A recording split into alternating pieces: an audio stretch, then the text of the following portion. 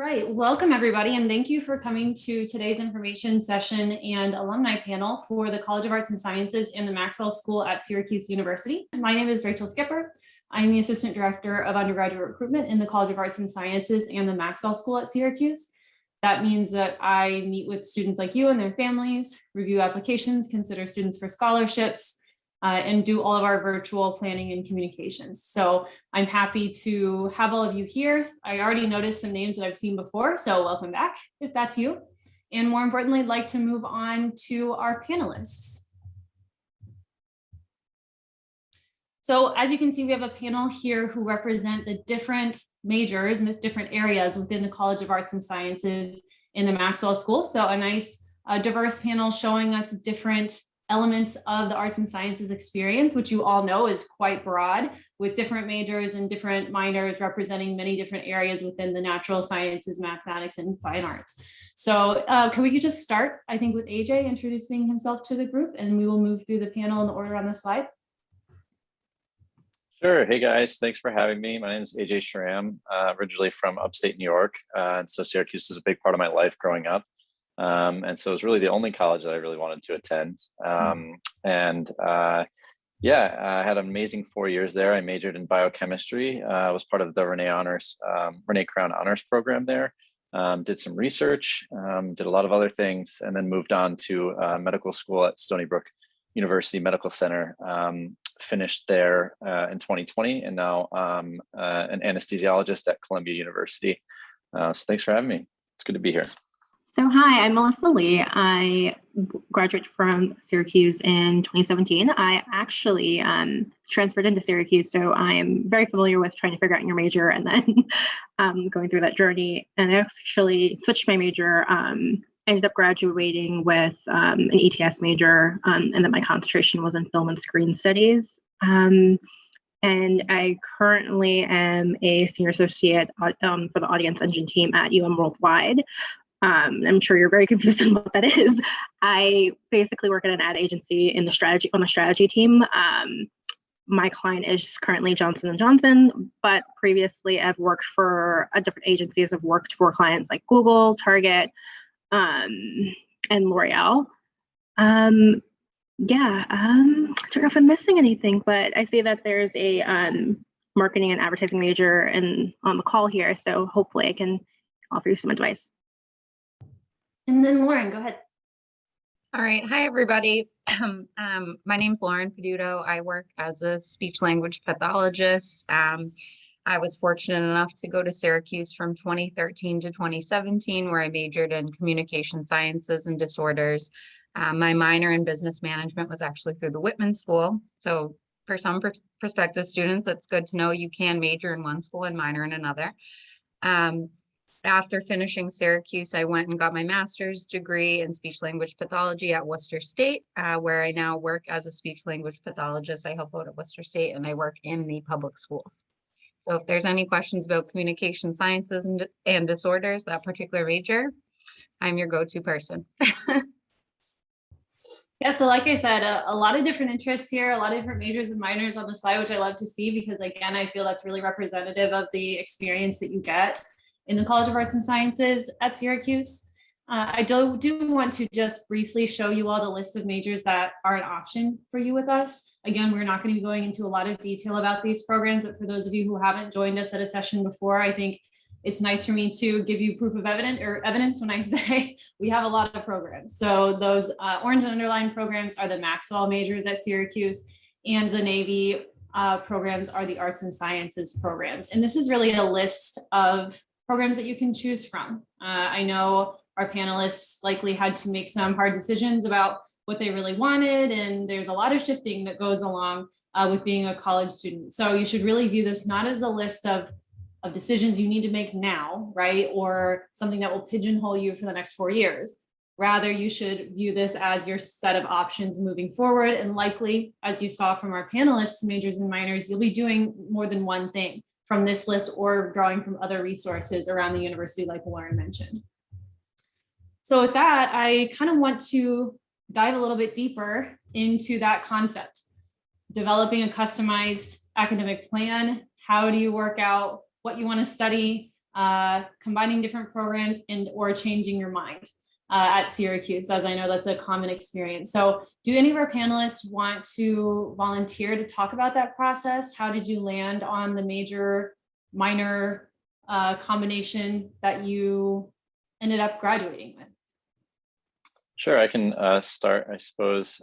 So I came in not really sure what I wanted to major in. I knew I was interested in medicine, but medicine's kind of just this kind of background track in college, and you really need to hone in on what you want to major in and specialize in.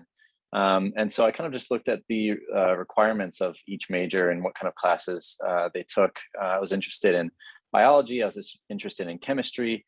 Didn't really know what biochemistry really was, but then looking at the requirements for each and the kind of the course selection, I felt that biochemistry was something that I was really interested in, and less so biology or chemistry. And I really fell in love with it, and luckily just kind of stuck, and I really loved it. And then I only majored in biochemistry, and so I kind of found different paths to kind of supplement just my major. So I was part of the Renee Crown Honors Program, which has a separate kind of list of classes that you're a part of, and then also research on the side was a big part of my time at Syracuse too, which I can talk about later. I think that's a kind of a surprisingly common experience. I think our panelists know. Many of your friends probably went through this. I know that you both had some adjustments that you made to your college plan while you were with us.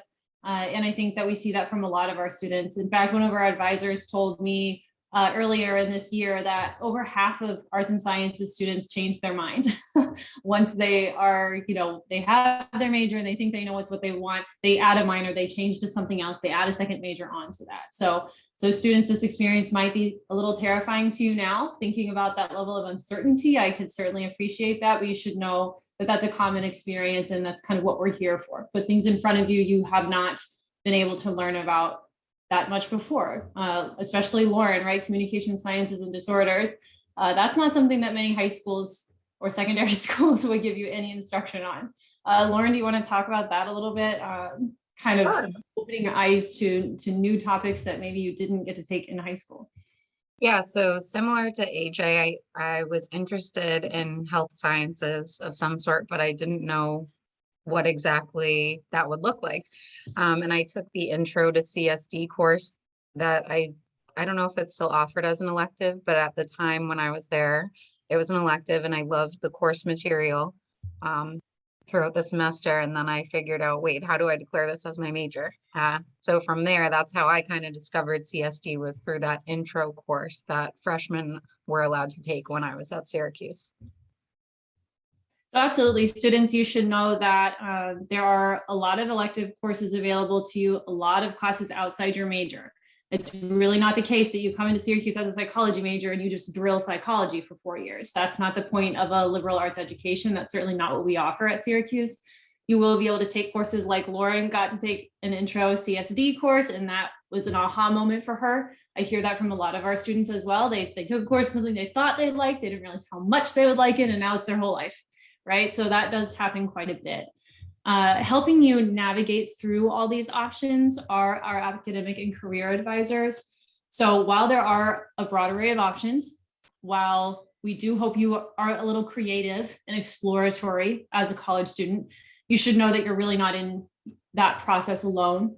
We're not anticipating to throw all these options in front of you and tell you to have at it. It's more about guiding you through those options, helping you recognize what might be good choices for you, what might not be, and identifying ways to make your 4-year plan work. So I'm actually wondering, Melissa, since you mentioned this when you introduced yourself about the process of being a transfer student, I think you might have had the greatest challenge of the entire panel in terms of course planning and academic planning. So would you want to mention to our students kind of what that was like, how you used advising, how you navigated kind of creating it for you even more a unique plan for graduation? Yeah, so initially when I first came, I enrolled going into my sophomore year. So I spent ultimately 3 years at SU, but I was a frequent visitor of the academic academic office and like career services, just trying to make sure I graduated on time. I think I mentioned this earlier, but I also changed my major a few times while I was there. And very surprised I actually did graduate on time. But yeah, they were really helpful, especially just giving out the like pamphlets of different courses that you could take and like what kind of careers kind of would result based on that major. And then they also, I believe, would have like one-on-ones I would go to for like whatever house that was. So I think I had went to one for Maxwell House, and then I forget what the other one was called, but I had went to like a couple of those seminars just to kind of get an idea of like what I wanted to do. And then what was really helpful for me is that I basically took like those intro classes first, just to make sure this was what I wanted to do, because just in case I changed my mind, I didn't want to go so far deep into that major that was going to be hard for me later on. But I think what best thing to do is just kind of like test the waters a little bit, maybe before you fully switch. Maybe just take that intro course like in the beginning. You definitely have more time than you think you do to kind of take those additional classes, and then also just take classes that are interesting to you. That's actually how I ended up with my major. So I actually initially had transferred to SU to go into Newhouse, but ultimately didn't get in. But I saw that ETS had a program with film and screen studies was very close, and I actually spent a lot of my classes with students in Newhouse. But I didn't even think that there was an option to have like a concentration in film. Like that wasn't something I thought existed before SU. But going to those like one-on-ones and just like talking to the advising, just like to see what my options were, was really helpful. And then my advisor ended up being one of my professors, which was great.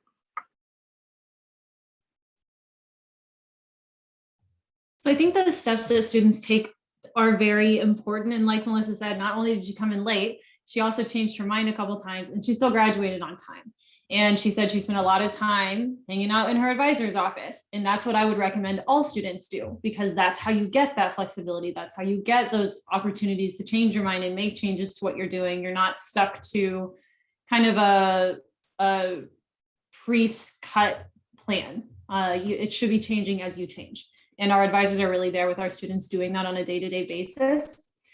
We will be talking a lot about career development, career preparation during today's conversation. So I also want to just mention too that our advisors double as career advisors. So academic and career advising is really not separable. These are conversations that have to be linked. What classes am I taking, and what am I liking it? And would I want to do that for a career, right? Or am I seeing this career off in the distance that I think is going to be really cool? What do I need to do now? What majors are going to be appealing to those hiring offices? What skills am I going to need in order to step into those roles?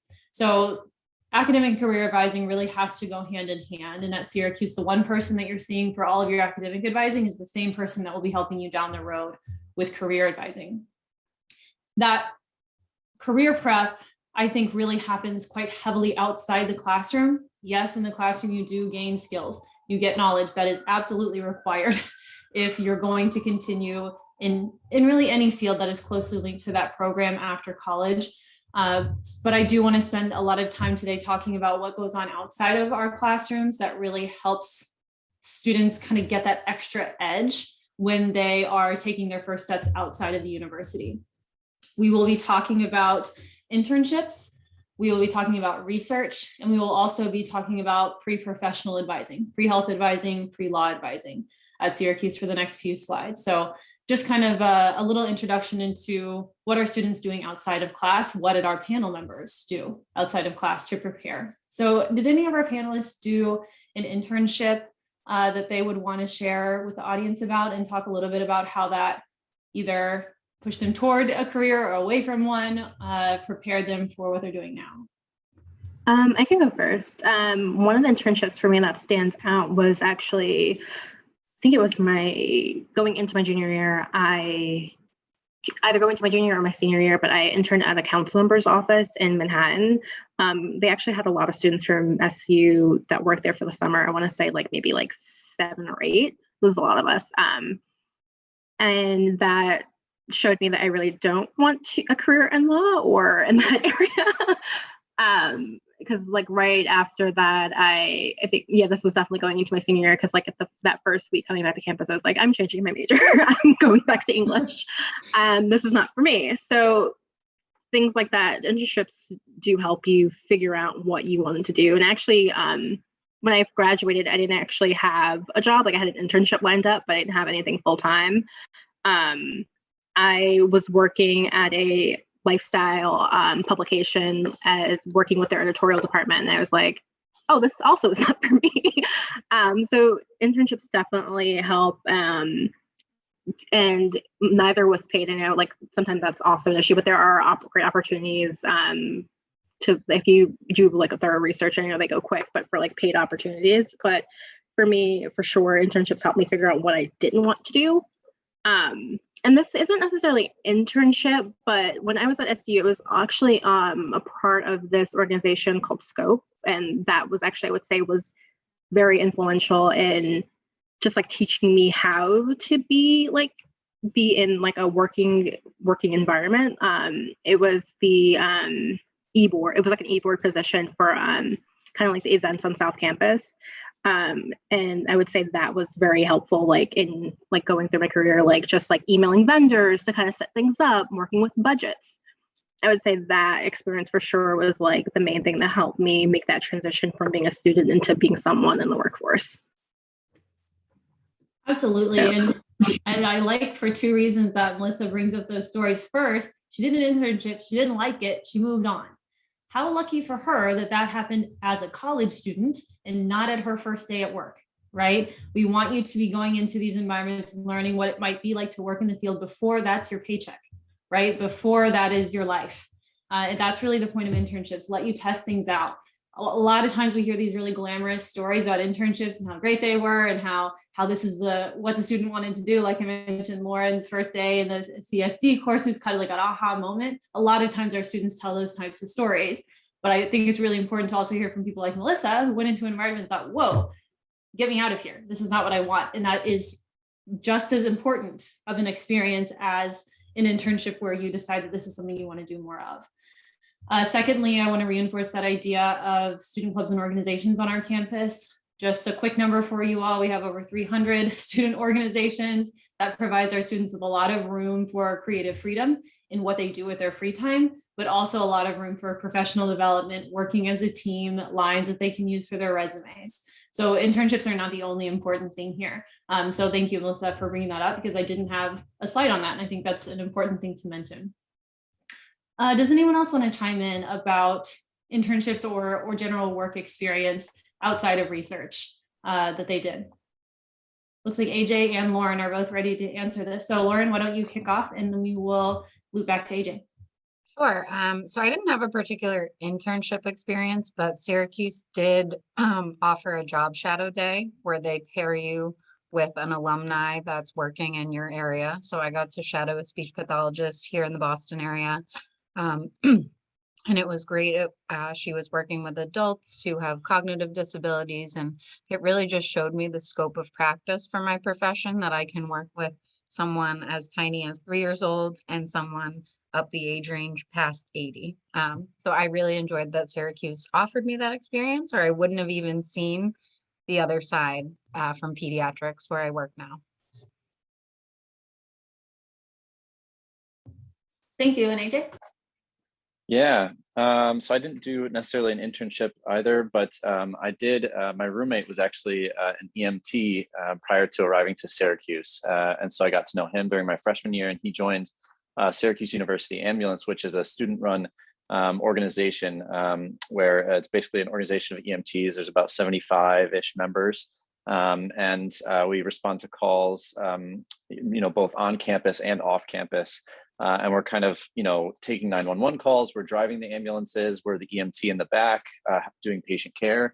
And then, as you grow in the organization, you're also a trainer. And then eventually, after 4 years, I became a supervisor of the agency. And I really loved the program. You didn't have to be pre-med. Nobody really cared what your background was. There were some photography majors, all across business, men and women, and they just had a passion for helping people. And it really took me from this kind of scared a freshman, not knowing what the college life was. It's really growing as socially, interacting with 75 other students passionate about the same thing, and professionally on the scene of an emergency, delivering patient care, and interacting with police and fire, and the hospital and the physicians and providers at the hospitals when we drop the patients off. And it was an amazing experience. I highly recommend it. And even now, in the ORs when I'm working, sometimes like my initial reaction is from things that I've learned on the ambulances at Syracuse, than the knowledge I had learned in medical school. So it was really an amazing experience. So great place. For those of you wondering, SU Ambulance is still going strong, very popular on campus, given that there's a doctor in the room. I know some of you may be pre-med and maybe hearing about those experiences are part of the reason why you're joining us tonight. So that is something that you can absolutely do at Syracuse still, in a very popular organization among our pre-med, just pre-health students in general. So the next topic I want to spend some time on is undergraduate research. I know that not all of you are thinking about research yet, and that's okay. Some of you may have even turned that light bulb off and kind of thought, I did a research paper in high school, I didn't enjoy it, or I had to do a research project in a chemistry lab and hated that. So research is not my thing. And I would encourage you to reevaluate in college, because in the same way that many other facets of your life are going to change as a college student, research opportunities are going to do a 180. And it's very different to do research as a college student than as a high school or secondary school student. At Syracuse, we do see students doing research across all the different areas, right? So the humanities, working the special collections resource center at Syracuse, going out into their communities and doing surveys and collecting data that way. Obviously, in health professions, we see students doing research in clinical settings or in basic science laboratories, working at the Gebby Clinic, right? CSD students doing research projects, working with graduate students. We see research going on in all different types of majors. It's not just writing papers. It's not just doing science experiments in a wet lab. So I would like to hear from our panelists if you could give us some examples of the types of research that you were engaged in, what those projects look like. And again, how did that translate for you into something that you want to do more of, didn't want to do more of, or sought out in your career? Lauren, go ahead.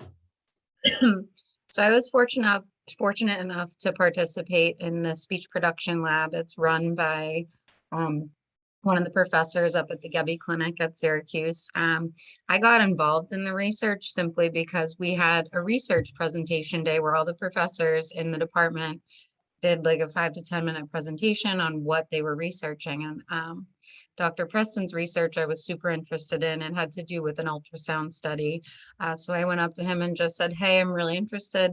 And he gave me a chance to participate. The first year I was a volunteer, and then the second year I was actually paid to do the research, which was pretty cool. So that's awesome. And for those wondering, Lauren didn't just luck out there. We do see most of our students pursuing research opportunities that way, right? I see a professor, they're doing cool stuff, I want to be involved, I'm going to ask. Generally, the answer would be yes, or it might be take another year of classes in this, and then we can talk once you have a little bit more experience, perhaps. But Lauren did exactly what all of you should go to Syracuse or go to another university and do, which is to advocate for yourself and say, hey, this is something that I would like to do. This is something that I think would help me professionally. And the more you do that, we see 3 very successful people here in front of us. That's how you get there, right? Doing things you love and getting a lot of talent from your 4 years at Syracuse. Melissa, did you also want to chime in on this? I just want to say something. So it's kind of funny. I am kind of the complete opposite in a way. Like, I didn't do research while I was at Syracuse, but now a huge part of my job is actually research. While I work on media strategy side, I also, part of what I do is the research side of media. So like a lot of the times we'll run like campaigns, and then there's a measurement side of it. And working with like syndicated research firms, and this is definitely not something I thought was a part of advertising. Like, you just think not Mad Men or something. You don't think like there are people that are really like measuring what you think about the ad. So I think that's interesting to point out, that even like if it's a career that you have in mind, like sometimes there's also like a different component that you didn't even think of, that you could study in school. Absolutely. I'm a big research nerd, so this is something that I will always promote. So it's nice to hear someone other than me say that, Melissa, that there is research in everything. And it always benefits you to have research skills because every decision that is made in a professional environment is backed by research of some kind. Market research, community surveys, research in the wet lab, animal research, research on clinical patients, randomized control trials. You all have been hearing a lot about these days, right? So the decisions we make are backed by science a lot of the time. And that doesn't mean that it's necessarily in a laboratory setting, right? Melissa just described for you an English major who goes on to work in advertising, doing research all the time now, right? So this is something that you should be seeking out and again, advocating for yourselves as college students who want to learn more about the field, get a more genuine look at what they're studying in class. So I am going to pick on AJ using this slide. AJ, I know for a fact you did research on as an undergrad based on your credentials now, not avoidable. So I wonder if AJ, you want to chime in about research, and then you can also talk about anything else that helped prepare you, because we do want to talk about pre-health advising at this kind of time frame as well. Sure, definitely. Like everybody said, there's just such a breadth and broad spectrum of research to do, whether it's in the wet lab, like I was interested in, or animal research, or more social psychology research, all these different types of research. So I was kind of overwhelmed as a freshman, and knew that it was kind of on the horizon, something I wanted to do. And really, my advice would be to find something that you're really passionate about. I know there's some of my classmates at Syracuse knew they wanted to do research or should have it on their resume, but they weren't really passionate about their project. And it kind of was like this mismatch. If you can find, either an educator, a faculty member who you really click with, or a project that you really click with, it's always going to be successful no matter where you take it, no matter how far you take it. And so for me, I really clicked with my organic chemistry professor, Dr. Hoagland, and the way he communicated science and the way he taught. And I thought, what an opportunity if I could, do research with him and he could teach me how to do research as well as organic chemistry. And so I just emailed him, met with him, and started in his lab during my sophomore year at Syracuse, and finished out throughout, 3 years with his lab. And I did work in biochemistry, all wet lab, but it had kind of this background in medicine as well that kept me kind of guided towards my future in medicine. I worked with the hormone ghrelin, which has implications in Prader-Willi syndrome, and how we could better treat that because nobody really understands how it works. So I really enjoyed my 3 years with him. And again, it's everywhere. And so you kind of just see what you're interested, see what you're passionate about, and go ahead and introduce yourself. So were there other things at Syracuse that you were able to do or could do to kind of describe that process of preparing for medical school? What things do you think made you a good candidate? What resources were you glad to have as you're going through, our students appreciate now how difficult the application process is to undergrad. So the med school application process, students, is even more stressful than that, even more competitive. So I think it's nice to hear a little bit about how people navigate that at Syracuse. Yeah, definitely. The med school application process is a monster of its own, and I hate every aspect of it. But at Syracuse, it was really nice to have not only these more informal advisors like Dr. Hoagland and other professors who have helped students go to medical school in the past, but also the PreHealth Advising committee at Syracuse was, huge. They had their own way of taking your interest and your experiences that you've accumulated at Syracuse, putting them on paper, and really they set up an interview where you discussed your experiences, and they really pulled what you're passionate about and put it on paper into a letter of recommendation. And there were deadlines for me that I could set. And so it was a really nice way to really make a connection in the PreHealth Advising advisors. And then they really just told me exactly what to do. And they could see my passion through my experiences and put that on paper and convey that to the various medical schools. It was really, really helpful.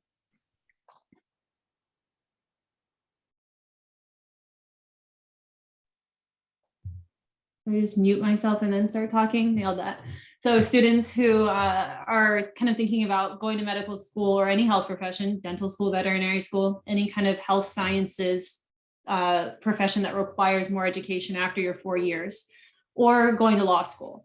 We do have specialized advisors who will work with you one-on-one and then as a committee to help you work on those applications. AJ mentioned deadline setting, which sounds trivial, but is so critical in the medical school application process, between taking exams, getting those test results back, submitting those, thinking about the deadlines for the different schools, all the work that you have to put into each medical school application and timing that out. And then also with evaluating the experiences you've had. Do you need more of this? Are you all set on that and you can back off now? Is your GPA where it should be? If not, how do we address that? So these pre-health advisors are really useful to students in that process. Pre-law advising tends to be more popular among our Maxwell School applicants. So if you're interested in hearing from a pre-law alumni, we will have 2 Maxwell panels in the next 2 days. There is a current law school student in each of those panels. So if you're interested in law, we'll chat about that either one-on-one. You can always email me, or attend one of our 2 panels coming up for the next 2 days, when one of our panelists will be pre-law, not pre-med. Okay, so at this point, I want to know what questions our students have for our panel members. I can continue asking them questions, right? That's my job, but I want to make sure that we're answering your questions, not just the questions that I think you students in the audience have in mind. So students, if you have questions, now is the time. Either raise your hand. You don't have to get on camera. If you're not comfortable doing that, you can just use your mic, or you can let us know in the chat what your questions are.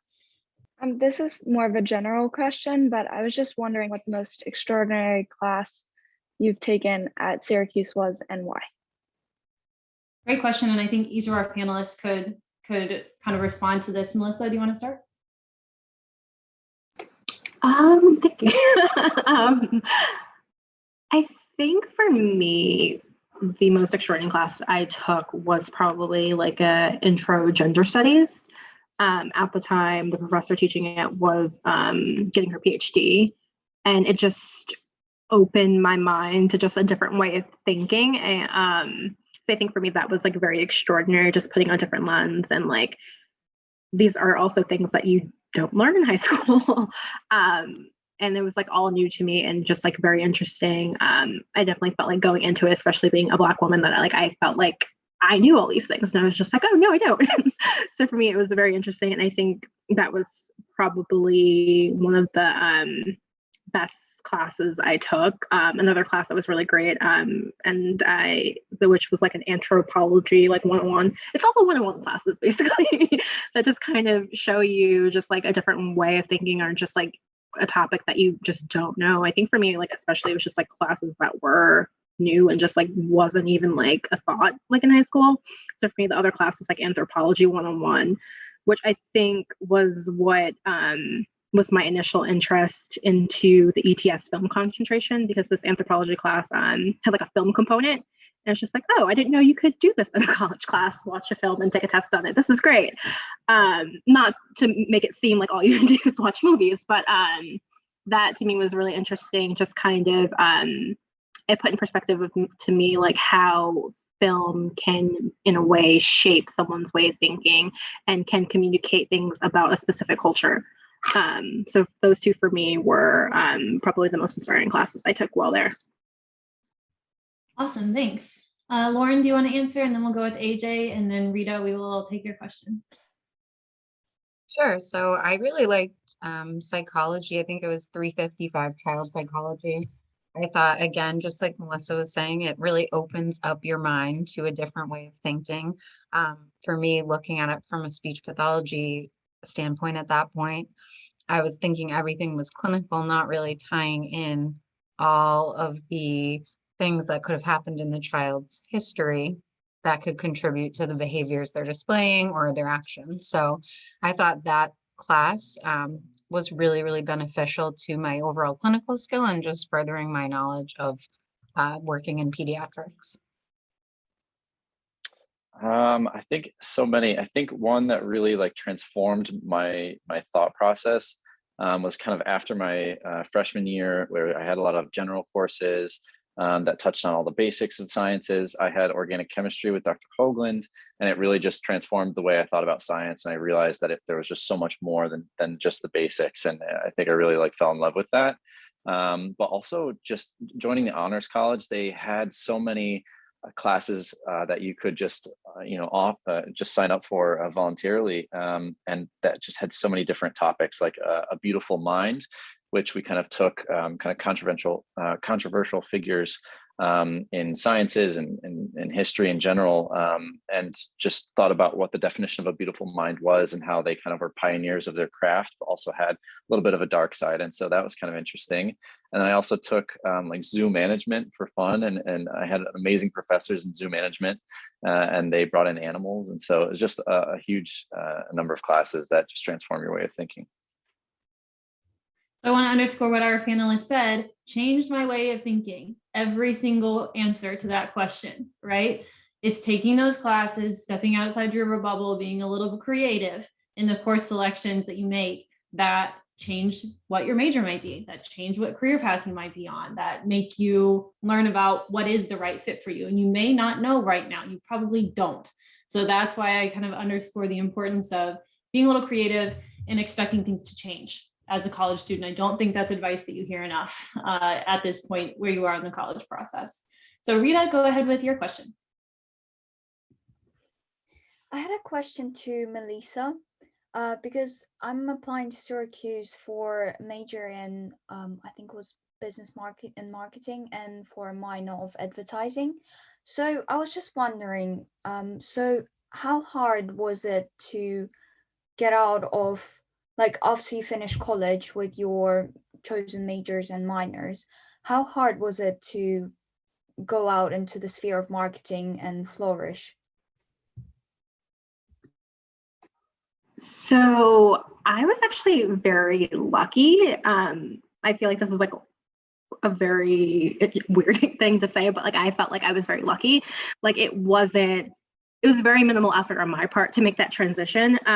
So actually the way I got into advertising was through Syracuse. Like had I gone to any other school, I probably would not have ended up where I am, like 100%. Like I was an ETS major, thought in my final year I was going to graduate and go work at like a fashion magazine. And maybe a month or two before graduation, there was a career fair hosted, and one of the booths was Essence. I thought it was Essence magazine, and it was not. It was Essence, the media agency. So I went and gave my resume because I'm not going to tell them I thought you were someone else. Completely forgot about it. It was maybe June, was in a really crappy internship at a lifestyle magazine, and knew this was not going to be the path for me. Realized like I need to find the next step. Someone from that ad agency actually called me and was just like, do you want to interview? And I was like, sure, why not? Was not my intention to end up in advertising at all. I actually realized I knew someone that actually worked at Essence, the agency I was interviewing at, and she went to Syracuse. So definitely work your connections. She had graduated the same year as me, never met this girl a day in my life, but she chatted with me and told me about the job. And I was just like, this sounds interesting. Why not? For me, I'm a big believer in just like trying things out. And that's all I basically did. And I ended up really loving advertising. And I will say that going towards, and I know there are different ways for people that go into it, but for me, going to an agency first was really great because I felt like I had that security to kind of raise my hand if I didn't like something. I felt a little bit safer to kind of raise my hand for that and get moved around. So like I actually started off doing something completely different. Like I wasn't working in strategy. I made my way towards that. So initially I was doing like programmatic, which is kind of like the automated buying in platforms, and then went into like the media planning of it. And then now I'm actually in the strategy department, but I also work really, really closely with the research lead. So to answer your question, it's not hard at all. But I think just definitely, if there are career fairs, definitely go. I think, I don't know if you guys still do this at Syracuse, but there were like coffee chats where you could like just talk to someone in that who has like whatever career that you're interested in. I know like agencies love Syracuse. When I actually work in Essence, like the day I started, I'm not even joking, there were 11 new hires that were also at that same career fair as me. And a lot of people, a lot of agencies, like they do recruit heavily from Syracuse. So I will say it's not a hard transition for me, and from a lot of people I've spoken to, it hasn't been for them either. So if this is something that you're interested in, go for it. There are definitely opportunities out there. Thank you so much. That's really helpful. Yeah, no problem. So I think we have a question that might be well answered by AJ in the chat, which is about the MCAT. AJ, I know you're not a PreHealth advisor, but if you're interested in giving what advice you have about MCAT prep, we have a student that would like to hear it. Sure. MCAT prep, everybody does it a little bit differently. A lot of people may take a gap year after their 4 years of undergrad to work on the MCAT prep, take the MCAT and then apply, which is an option. I decided to go straight through from Syracuse to medical school. And so I believe I took it, I have a lot more information. This is just testing my memory. So you can email me if you have for specifics, but I believe I took it junior year, my spring semester, I believe.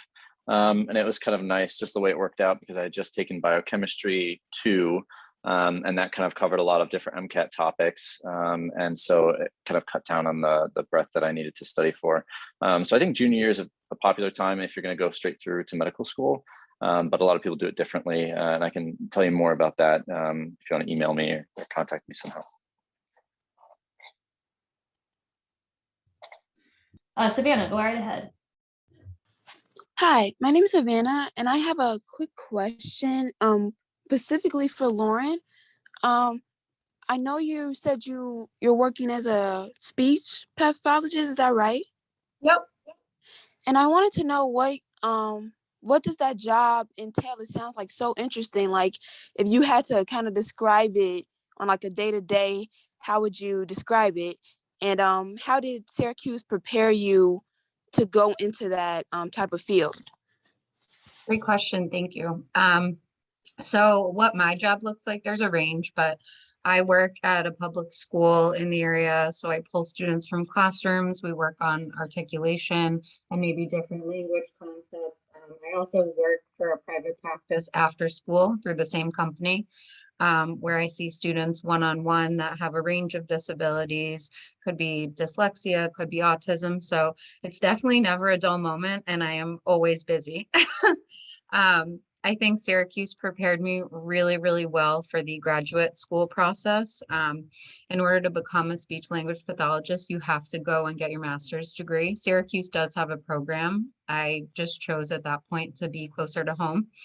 But I will say they gave me fantastic letters of recommendations. I was able to have that research experience. They even offer clinical experience in your senior year. So I think having all those opportunities available to me and taking advantage of them was really, really helpful in getting me prepared and accepted to graduate school. Thank you so much. Savannah, it made me laugh that you asked that because I was going to ask the same thing. I think it's so critically important to talk about, like, what do you just do on a normal day? Because it's very easy for someone to watch Grey's Anatomy and think they know what AJ does all day, right? And that's not accurate. I think if someone thought, oh, they do speech therapy for a living, I'm sure that you would have a lot of assumptions about what Lauren does all day, and they would not be accurate, right? Because you're not hearing it from someone who does the job. So Lauren, do you want to talk about like a typical day in the life? And then I'll ask both of our other panelists to do the same. Sure. I just wanted to add too, in terms of the field, I do one thing, but if you saw a speech pathologist in a hospital, they would be doing cognitive stuff. They would be working with feeding and swallowing. So it would look totally different from what my job as a speech pathologist is. So even in the field, there's a lot of variety. Did you want me to describe just kind of what my day looks like? Yeah, I mean, is there a typical kind of patient interaction that you've kind of gotten used to, a client that you're used to working with, just a really genuine look, like right now, here's what's going on in my life. I think students have such few opportunities to hear those genuine, candid stories. Mm-hmm. So right now, throughout my week, I work with ages 3 to 18. So again, quite a range. I work in everywhere from preschool to high school. I service typically in groups. So typically those students have some sort of speech or language disorder. And then after school, I work at a private practice where the therapy is all one-on-one. And it's usually the kids I have on my caseload have more severe disabilities. So autism, some of them have no vocal speech, so they have devices that we help them communicate, that we teach them to use so they're able to communicate. So quite a range. If anyone has additional questions, they feel free to email me. Yeah, all of our panelists on the screen have volunteered their email addresses to me. So I asked them, are you okay to people contacting you after this? They all said yes, they all provided these email addresses. So they have already said, contact us. And thank you, Lauren, for pointing that out. AJ, do you want to chime in next about a day in the life? And then we'll go to Melissa. Sure. So anesthesiology is a very cool field. I was an anesthesia tech in high school, and then during my breaks in Syracuse, so I got kind of some exposure early on. But a lot of people don't really know what an anesthesiologist does. So it kind of depends on what type of anesthesiologist you are. If you're in a general OR, your day is usually waking up around 6:30, getting to the OR, setting up your anesthesia machine, seeing your patient, and then finding a plan to sedate them for the procedure, which often includes like intubating them, giving them 20 to 30 different medications to keep them asleep and get them through the surgery, and then pain medications and waking them up like it never even happens, which is a crazy process. But then also, that's one type of anesthesia, which is your general anesthesia. And then, we also work in the ICUs, so we can manage, 16 patients at a time. More recently, it's been a lot of COVID patients in the ICUs. So a lot of times intubated with COVID pneumonia, and trying to get them through their illnesses. And we also work with kids in pediatric anesthesia and their surgeries, in the cath lab for emergency heart issues. We do transplants like heart transplants, liver transplants, kidney transplants, you name it. And so we also do like pain medicine too, where we consult services around the hospital who are having difficulty managing patients' pain. So it really depends what kind of anesthesia you're interested in. And I think I'm going to subspecialize into cardiothoracic anesthesia and ICU medicine. So something along the lines of ICU setting, and then also like heart transplants, big heart, open heart cases. Awesome, thank you. And Melissa, go right ahead. So for me, an average day is very different each day, but I will say that my position on my team is unique. So I work with a team that are mostly strategists, and then there's one research lead. So 20% of my time is dedicated just to helping her. So depending on what campaigns we have going on, like which clients are interested in doing something for the next year, I'll spend like an equal amount of time kind of working on that. But for strategy, we're essentially brought in towards the beginning of the year before something launches to kind of figure out like, what are we going to do? Like that's what our team is basically tasked at. Like our clients will come to us and say, we're launching, we have this new baby skincare product. What should we do about this? Like, how should we show up in the world? And that's what we're tasked to kind of figure out. Like, we need to figure out like what sort of audience we want to target. What does this person look like? Buying baby products isn't necessarily just a parent. That could be someone's grandmother. A lot of people actually use baby lotions and oils on themselves that are adults and have no kids, so we need to inform our clients that. We need to tell them what media partners make sense, because you would think Parents Magazine would be a great idea to put an ad in. Not necessarily, because readership is down for magazines year over year. What other publications would line up with that?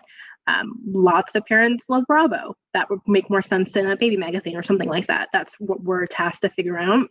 And then we'll present that to clients in, a deck, or we'll also meet up with like a data strategy to kind of figure out like the analytical side of it. And then on the research side, today, for example, like I was on a call with our syndicated research partner, trying to figure out like what we needed to start a new campaign, what creatives we need, what sizes do we have. So a lot of it is communicating with people to figure out like what our options are, what are our goals, and how we want to show up in the world and be most useful to our audience. But yeah, that's my day in a nutshell. Lots of emails, lots of work in PowerPoint, some Excel work. I would say today in particular. Usually it's not a lot of Excel for me, but today was an outlier. I think I was in Excel majority of my day. You should see my my tabs. These are all great stories, everyone. Thank you. I think that is exactly what we're looking for, like the genuine stuff. Well, right now I'm working with this age group, and that's like a really niche thing for you right now. Those kinds of things. Students, I know you don't get to hear about those things that often. So be sure to keep asking, you know, as you get a chance to talk with alumni from the other schools that you're considering as well. Just learn about different careers. I mean, I think Savannah is really now intrigued in CSD, and I don't know if that would have happened if Lauren hadn't been on today's panel, right? So Sarah just asked my final question that I was going to ask the panel. So I think I'm on the same brain wavelength as some of the students in the room today. Any advice for upcoming freshmen? So that will be our last question for the panel. I think we can just loop back around in the same order. What advice would you give to a student going into college now, knowing what you do as adults with college as a not too distant memory, knowing what you do now? Lauren, go ahead. I would say get involved, whether it's one student org or 10 student orgs. All you need is one. I joined an honors fraternity, Phi Sigma Pi. They do a lot of service things, but they have weekly meetings. And I met a lot of great people and a lot of good friends through that organization that I never would have met if I hadn't joined. Yeah, I totally agree. I also would say just find, you know, and this doesn't have to be like if you're interested in medicine, for example, find what you're passionate about, but it doesn't have to be in that field. I was on the admissions committee for my medical school, interviewing a lot of college applicants to the medical school, and really it didn't even have to be about medicine. You know, if they were passionate about something, it really showed through, and you know, it meant that they're a rounded human being. So for me, I got involved in the Remembrance program at Syracuse University, which is basically a tragedy that happened where 35 students lost their lives in a terrorist attack. And I, loved it. And I was advocating for counterterrorism, and really had nothing to do with my future plans, but I talked about it a lot in my future career. And that's always going to take you places. So find what you're passionate about, get involved. Student organizations are a great place to start. Yeah, definitely agree with both AJ and Lauren. Get involved, like that. Cannot stress enough how much importance that is. I would say for me, especially like when I went to SU, like I wasn't initially involved like my sophomore year because I had just transferred. So I was like very concerned about just getting that situated and figuring out what my major was. And I also had a part-time job. So like I couldn't be as involved as I would have liked to my first year there. But so I think as a freshman coming in, advice I would tell my past would have told my younger self is just to get involved, not stress so much about figuring out what my career is going to be, and like making sure I choose the perfect major. It'll all come together, and definitely kind of trying to carve out time to just take classes that you're interested in, not necessarily that will end up being your major, but like test the waters a little bit while you have time to see what you're most interested in. Sorry, one last thing. Definitely go to any events hosted by like career services or anything like that, and like career fairs. Like grab people's like business cards if they still get business cards. Definitely email those people. It might turn out to be a career opportunity down the line. That's how I got my job. Like I would not work in advertising if I had not gone to a career fair. Hence, I would not have ended up where I am now. Such a popular thing to do on our campus, and again, great advice. So lastly, I just want to make sure that students, you are aware of our current students on Instagram. If you will want to keep learning about this career development, career preparation, see what's happening on campus, exactly like the career fair Melissa just mentioned, the Gebby Clinic, which Lauren has mentioned, pre-health opportunities that AJ has mentioned, all of the above. We do post a lot about what's going on campus to Instagram for you. Gives you kind of a window into the university to see what kind of opportunities our current students are taking advantage of.